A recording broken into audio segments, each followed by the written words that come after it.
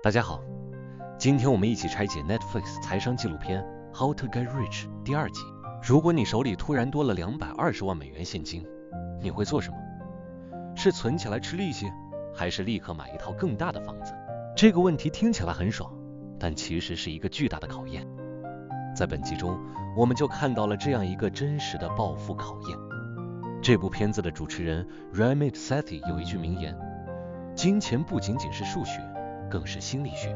在這一集裡，我們不僅看到了因為溝通不暢而差點離婚的高薪夫妻，還看到了為了面子而拒絕關閉20個銀行賬戶的負債家庭。今天我就帶大家深度拆解這第2集的3個核心金錢誤區，看看我們能不能從別人的教訓裡找到通往財富自由的捷徑。誤區1：買房執念。為什麼富人選擇租房？首先，讓我們來看看那個年輕的體操運動員 Sophia， 她才25歲就已經在洛杉磯買了一套公寓。聽起來很勵志，对吧？但現實是，這套公寓成了她的噩夢。她每個月要還房貸，還要交高昂的物業費。最慘的是，她搬進去8個月了，居然沒有熱水，因為水管壞了，她沒錢修，物業也拖着不給修。她每個月要洗冷水澡，卻不敢告訴朋友，因為怕丟臉。Ramit 在這裡提出了一個非常反常識的觀點：租房並不等於扔錢。我們從小被灌輸觀念，買房是資產，租房是給房東打工。但 Ramit 作為一個千萬富翁，他自己在洛杉磯就是租房住的。為什麼？因為買房有大量的隱形成本，房產稅、維修費、保險費，還有巨額的利息。Sophia 的房貸明細顯示，她每個月還的1500美元裡，只有400多是還本金，剩下1000多全是利息。這就是典型的買房致貧。為了一個房主的虛名，犧牲了生活的質量和現金流的自由。這給我們的啟示是，不要為了面子買房。只有當你算清楚了所有的隱形成本，並且你的現金流足夠健康時，買房才是一筆好投資。否則，租房反而能給你更多的自由去投資自己。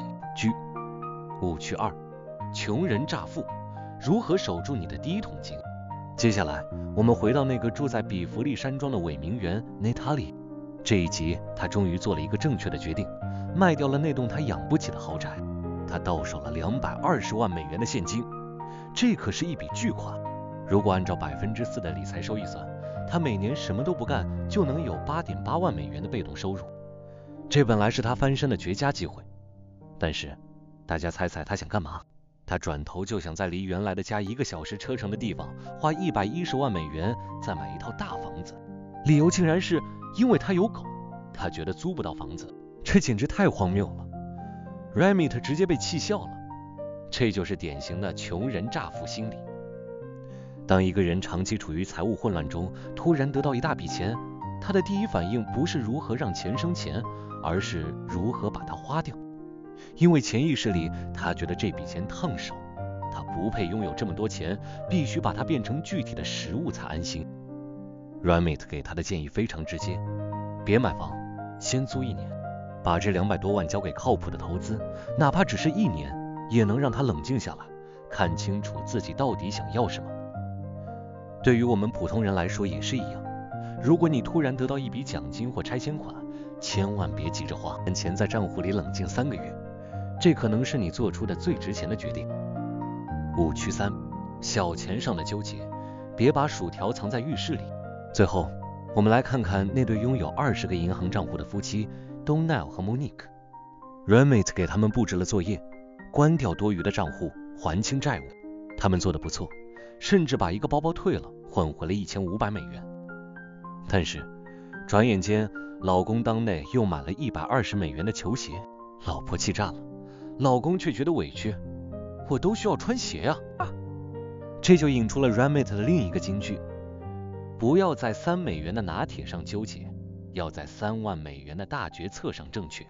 這對夫妻的問題不在於那雙120美元的鞋，而在於他們沒有共同的願景。他們把精力都花在了藏私房錢、開很多賬戶這種低效的事情上，卻在我們要不要一起開個工作室，我們要不要徹底還清債務，這種大方向上模糊不清。好消息是，莫妮克終於邁出了一步，她退掉了名牌包，用那筆錢租了一個共享工作室，正式把她的木工爱好变成了生意。這就是富人思維的萌芽，把錢從消費品轉移到生產力工具上。看完這一集，我最大的感觸是，理財的最大敵人往往是我們自己的情緒。Sophia 為了面子買房，結果洗冷水澡；那 Natalie 為了安全感買房，結果差點揮霍掉翻身資本；東內為了掩飾焦慮亂開賬戶，結果賬目一團糟。Ramit 在片中反覆強調一個詞 ：rich life。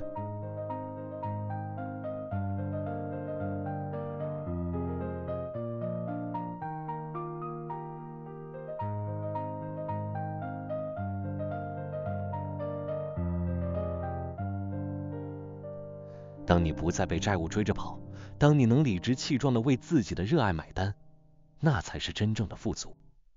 如果你也想改变，不妨從今天開始做減法，關掉多餘的賬戶，賣掉不必要的資產，把注意力集中在那個能讓你錢生錢的目標上。如果你喜歡這一期的深度解讀，記得點讚關注。下期視頻我們將看到這些家庭的最終大結局，看看他們是否真的實現了逆襲。我們下期見。